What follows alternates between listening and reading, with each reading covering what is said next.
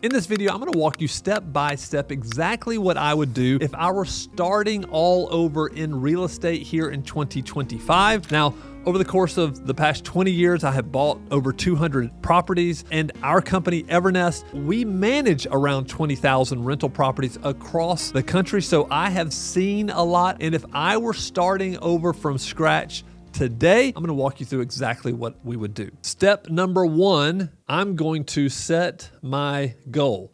Now, before you say, Spencer, this is common sense, I want to remind you that not all common sense is common practice. I have seen a lot of people set goals and fail, but there's one person that sets a goal and usually sticks to it. And this is the person who answers this question: why? Why are you setting this goal? What is the purpose? If you have a goal to buy 10 rental properties over the course of 3 years, why do you want to do that? Is it because you want to get out of a W-2 job and become a full-time real estate investor? Or is it, I want to pay for my kids' college, or I want to leave an inheritance? Like, what is your why? I want you to think about that deeply, because the people who succeed have this why. Not only that, there's another part to it. They write it down. And then the third thing they do is they tell a friend. These three things right here, this is how you make a goal very concrete and give yourself a much greater chance of reaching that goal. All of these things make it become very, very real. And then what you do is you keep repeating this. Now, before you start thinking, well, if I want to buy, 10 properties over 5 years, I'm going to have to buy 2 a year. That's not really the way it works. You may spend the whole first year doing research, making offers, not buying anything, and you maybe buy 4 properties or 3 properties in year 2. So don't get discouraged if you have a longer time frame and then you're not accomplishing something right off. What Stephen Covey would say in 7 Habits of Highly Effective People is we usually overestimate what we can do in a short period of time, but we underestimate what we can do over a long period of time. So I would encourage you, set a 10-year goal, 5-year goal, and then a 12-month goal, and work backwards. Here's my 10-month goal. What do I need to accomplish in the first 12 months? And then if you want to, you can even back it down into what do I need to accomplish this week or this month? This is step number one. You have to start with setting your goal, defining your why, and this will be a fantastic start for you if you are starting from scratch in 2025. Moving on to step number 2. Now that we know our goal, we want to define our buy box. What is a buy box? A buy box is essentially a blueprint for the type of property you want to start buying. If it's single family, multifamily, whatever it is, you need to go ahead and define it. This is exactly the type of property I want to buy. And what this means is, what we've seen most successful investors do is it allows them to say no to everything else. They don't waste their time, their energy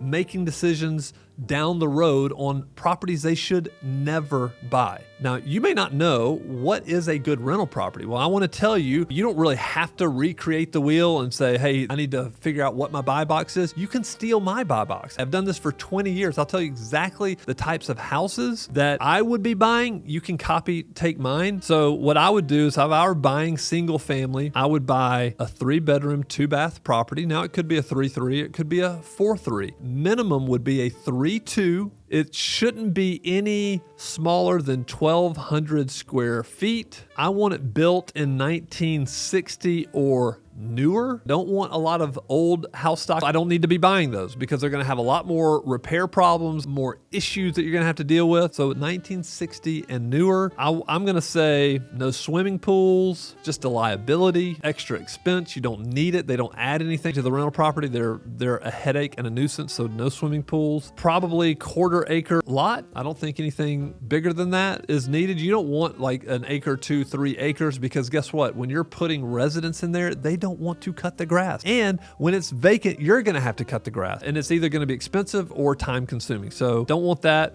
This looks really, really good. So what are the other things that you might want to consider? They're these things called white elephants. You just want to make sure that you are not by power lines, trains, busy roads. You want to make sure there's not a funky layout in the house. You want a cookie cutter house. These are things that you can't make up for the most part. You can't correct that there's a steep driveway right here. You do not want a steep driveway. That would be horrible because when it snows and ice is over and people can't pull into the driveway. So this would be my buy box, and I would literally go and talk to wholesalers, real estate investors, investor-friendly agents. I would go and share this buy box with them. I would maybe go find a couple of examples, maybe on Zillow, and say, this is the type of house I want, and I'm willing to pay for it, and I don't want to see anything that doesn't fit this buy box. That keeps you from wasting a ton of time and energy. So this is number 2, create your buy box or steal mine. Now that you have your goals, now that you have your buy box, now you really need to decide, where am I going to invest? Where can I find these types of properties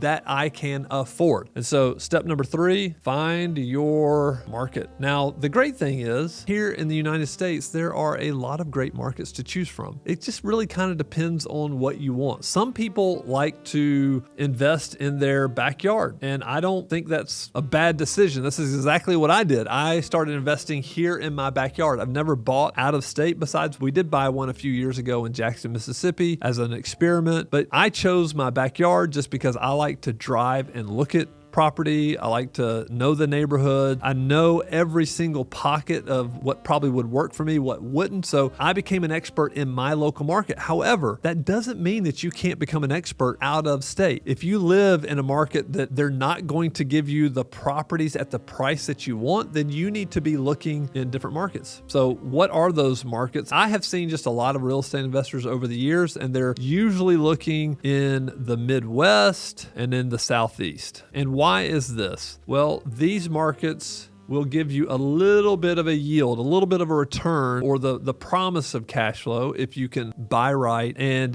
they're less of super high appreciation markets, maybe like somewhere in California or maybe in Denver, Colorado or somewhere. They're probably going to be less likely to have these big jumps, but they're just good, steady markets. And these markets provide affordable housing, so you can buy a house at a reasonable price and you can find all types of properties, but you just need to really decide, where am I going to invest? In my backyard? If it's out of state, then what are the criteria that you should be thinking about? I would think about population growth. Are people moving to this city? I heard a stat over the past couple of years in Nashville, like 100 people are moving to Nashville every single day. That's insane. So you want to be looking for population growth. I would be thinking about what kind of industries are in the city. I was just thinking about Columbus, Ohio. They have Ohio State, which is a great state school. They also have, of course, Amazon's everywhere, but then they also have Rogue, which makes fitness equipment. It's a big manufacturer. And so I would just look for industries, like even in the city where I am in Birmingham, a lot of it is medical and finance. So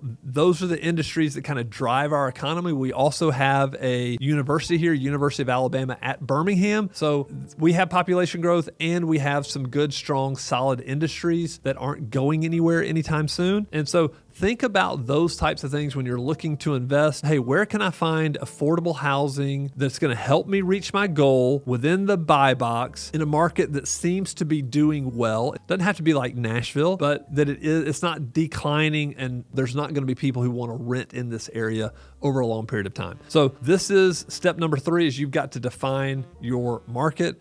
And now we're on to step number 4. Here we go. This is what you want to do. You want to reach out to who? I would be thinking about all the people that can help me find these properties. Not only find the properties, but can help me long-term manage the property. So definitely I would be reaching out to wholesalers. I would be reaching out to agents. Now, make sure these are investor-friendly agents. I would reach out to other investors in the market. So the way I found these investors, I mean, you can go online, you could join Facebook groups, but I think REIA meetings are a great way to do it. So real estate investment associations, these REIA meetings are great for networking. If you're investing out of town, I've seen very successful investors, if they're investing out of town, they'll actually go to the city on a day when they're going to have a REIA meeting later that night. There's usually 2 or 3 REIA meetings. Maybe you can catch 1 or 2 of those. I would also be reaching out to property managers. I think property managers like Evernest, we have insight into these markets because we're the ones managing managing properties. And so I know that we have answered a million questions from investors who are like, should I invest in this area? Should I buy this house? And we're at an advantage because if we're going to manage that property long-term, or whatever property manager you're speaking to, then they're more motivated to give you great advice because they don't want to manage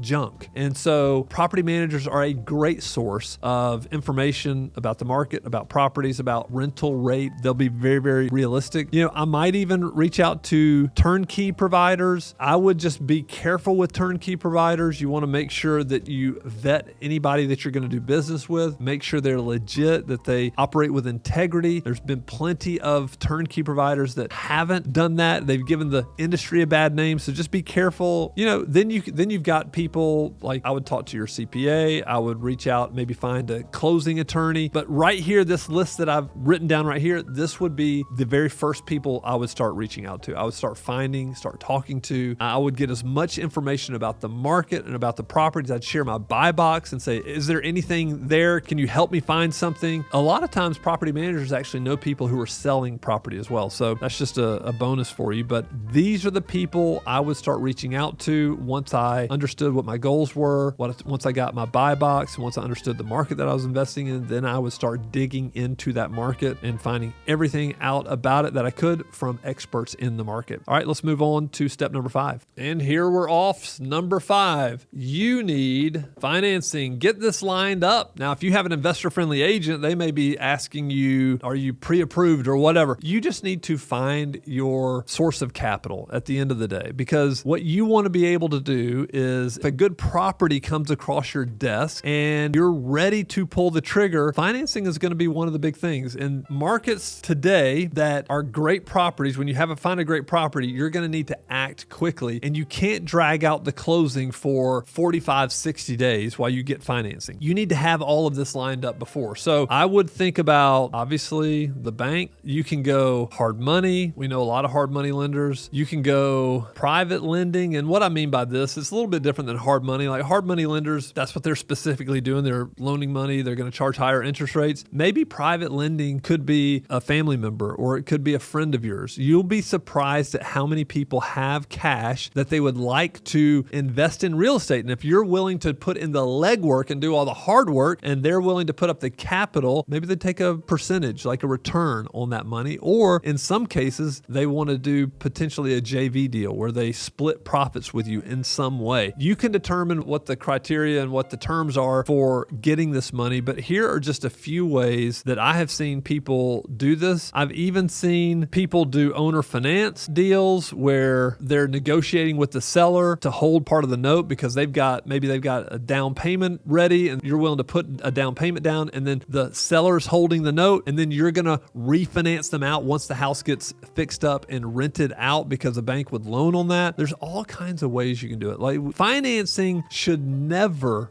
be an excuse of why you can't buy a property. 100%, if you're determined and you've got the why behind your goals and you're dead set on doing this, even in today's market, there's plenty of money on the sidelines waiting for somebody, maybe you, to come along with a great deal that makes sense for what they're trying to achieve. So this would be step number 5 that I would do. Once I had all these things and I was making contacts and speaking with agents and wholesalers and all these people, I would start getting my financing lined up, because I want to be able to pull the trigger and say, hey, here's my offer. We'll have an inspection period of maybe 10 days. And during that inspection period, you need to get the house inspected, all that stuff. But then you're able to pull the trigger. They're not waiting for 30 days, 45 days, 60 days. Nobody wants to do that. You want to close quickly. And then to do that, you're going to have financing lined up. So that's step number 5. Moving on to step number 6. What happens now? You've got your money, you've got contacts, you're getting properties brought to you. Now what do? Well, a big part of this is you have to make offers.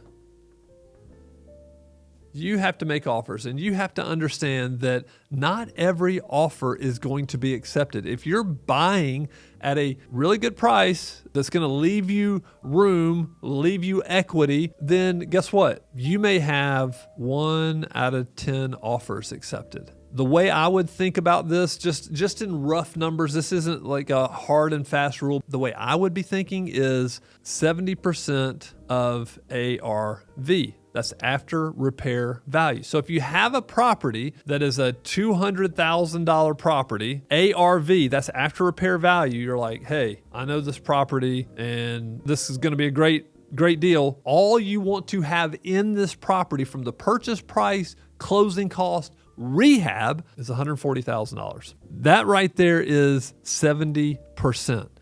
And listen, you have to understand the market. There's a lot of things that go into this, but if you can be all in at 140 on a $200,000 property, and maybe you can rent that property for $1,300, $1,400, $1,500, I would say that's not bad. So how many offers do you need to make to find that deal? If this is kind of your buy box price that you're going to end up with, maybe it's 1 out of 10. You're just going to have to make offers, and you can't be scared about making offers. If somebody was asking for this property, they had this $200,000 ARV property, but they needed $30,000 worth of work, then probably what they're going to say is, hey, I'm going to offer this at 170. You can't do that. And they're being unrealistic. And so you can wait. So you may make an offer. Hey, I can't give you 170, but I can give you $110,000 because you know you're going to need $30,000 in rehab. They may not like that. They're probably not going to be happy, but that's okay. You're going to have to make a number of these offers before you get one accepted. And really what it comes down to is this word right here, seller motivation. Are they motivated to sell or not? What I have found is that people that are motivated are more willing to make a deal with you, and people who don't care, it's not a big deal. They don't need the money. They're not under any kind of pressure to sell. They are not probably going to accept your deal. And that's going to be a majority. That's going to be 9 of those 10 people are going to say, no, I don't need it. That's offer's too low. And they can hang on and wait for somebody else. You, though, are looking for the motivated seller. You're looking for the right offer. This may not apply to you. You can figure out what your own number should be, but this is just be kind of a general rule. But making offers is step number 6. So let's move on. What's next after you make offers? I'll tell you what's next. Number 7 right here. This is something that a lot of people are not good at. Be patient. When you're making a lot of offers and you're getting rejected, you may not get 1 out of 10. Maybe you get 1 out of 30. Are you willing to make 30 offers? Are you willing to keep looking? Are you willing to keep making connections in the markets? Like keep talking to people? It really is amazing. The more active you are in reaching out, sharing your story, sharing your goal, talking about what you're looking for, the more you talk about it, the more you're emailing, texting about it, the more you're thinking about it, guess what? The more opportunities you're going to have. But you have to be patient, because what's going to happen, and I can almost promise you this, you're going to find a property that misses your buy box. Maybe it's old, or maybe it's only a 2-bedroom property, or it does have a swimming pool, or wow, it's on 5 acres of land, but I think it's still a great deal. You're going to get tempted to jump outside of your buy box. I can promise you. I want to encourage you, be patient. Don't do it. Too many people ruin their opportunity for investment by buying something they shouldn't. The other thing is they're going to compromise on the price they should pay. I really know my offer is 110, but I think I could probably make it. Maybe if I shave a little bit off the rehab estimate, maybe I should offer instead of 110. Maybe they've countered at 120 and you really want the property. You love the property. And so you're saying, I think I'll go for 120. And you buy outside of what the price you need to buy. And what happens then? Well, guess what? You come to rehab and the rehab is always more than what you thought it was. I mean, you should learn this from A&E, all of these shows, Chip and Joanna Gaines. There's always some type of pressure moment in the show. Part of that is just script writing, but it really is true. There's going to be something that's going to cost you more, something that comes up that you didn't know about. It's going to cost you an additional $2,000, $5,000, $10,000, and you're going to be like, wow. So not only did I overpay, but something came in, the rehab came in over budget, and now your numbers are totally messed up and you're in a bad position. That's why I'm telling you, just be patient. Just be patient. Maybe you don't buy something your first year. Maybe it takes you a year and a half. What if it took you 18 months to buy your first property? Would you still be willing to do it? And I will tell you, the only way you would still be willing to do it is if your why was strong enough. If you were dialed in with your why. Like just doing something to make money is probably not going to be enough for somebody to stick with it for 12, 18, 24 months if nothing's happening. So be patient. That's step number 7. Okay, so we're about to get into some bonus steps. I'm going to share these with you because inevitably you're going to have an offer accepted. And then you're going to have to say, well, what do I do now? Well, I'll tell you what you're going to do now. Number 8 is you're going to manage a rehab. Most of the properties that you're going to buy, unless you buy a turnkey property, and even if you buy a turnkey property, at some point you're going to have to manage a rehab, but you're going to have to manage a rehab. And this means getting an estimate. You're going to have to manage, maybe you're not doing it, you're not swinging a hammer, but 100% you have somebody there that you have to manage. You have a contractor who's going to come to you every Friday and say, I want to get paid, I want to get more money. You're going to have to deal with this. You're going to have to find the licensed and insured contractors and make sure they're doing what they should do, because time is money. If you've bought that property, guess what? The clock is ticking. Interest is ticking on that money if you borrowed money. So you're going to have to manage a rehab. There's a lot that goes into it. There's a lot you should know. There's do's and don'ts. The other option is to hire someone to do it for you, to manage the rehab for you. So a lot of times a property manager, if you've chosen a property manager, they'll walk you through get your property ready. They'll do all those things. They'll manage the rehab estimate and all of that and getting the work done. They'll give you pictures.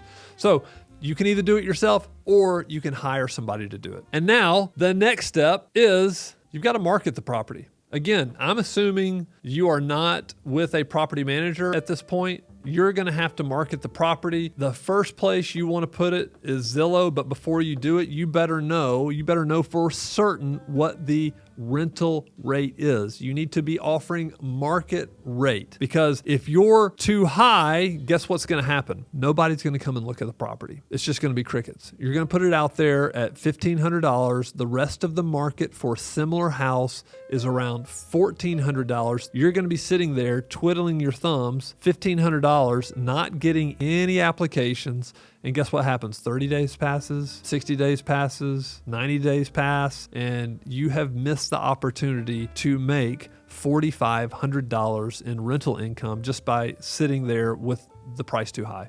Now, another thing is if you didn't do a good rehab, guess what? People will come and view the property, but once they go inside it, they're not going to give you any applications, because the property just like there's something wrong with it. There's something weird in it. Maybe it's not clean. Maybe there's stuff that's not fixed yet. And they're thinking, well, if this is the way this person takes care of a rehab, I don't want to move in here because they're never going to handle my maintenance calls or whatever. So make sure before you market the property's in great shape and that it's priced appropriately. I would do all my research on Zillow. I would find properties that have rented within the past 12 months in the area, and I would make sure that the dates of the properties, built dates, are fairly similar. I would make sure the bedroom, bathrooms were very similar, and then I would look at the pictures inside and make sure the finishes are relatively similar so that I'm not comparing apples to oranges. I want to compare apples to apples to come up with my rental rate. So if I can find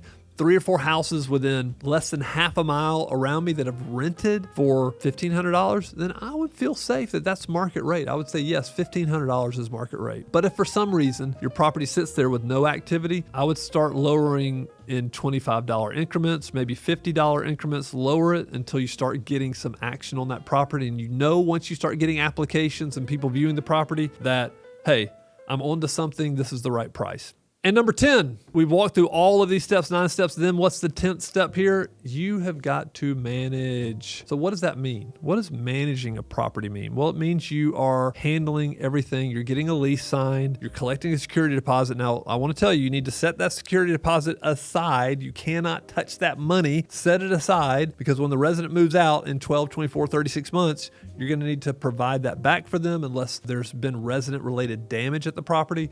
You need to manage, and managing means communication, especially up front, and then it means maintenance. Now, if you just rehabbed your property, you're saying, well, Spencer, I don't need maintenance because I just rehab my property. Well, okay, you may be good for 12 months, maybe 18 months, but eventually there's going to be things that break in the property. Your resident is going to call. They're going to need things fixed. Just remember that at your personal property, maybe that you own, you don't you're not really concerned when things break. You get to it eventually, but in rental houses, that's not the way residents handle things. When something breaks, they are going to call this in right away because they see it as your responsibility to fix these things. And so you're just going to need to be very, very comfortable with managing this property, which means a lot of communication, especially up front, and then taking care of any kind of maintenance issues, maintenance calls, and just making sure that if you find a great resident, what can you do to keep that resident? How can you keep them for a long period of time? That's the name of the game.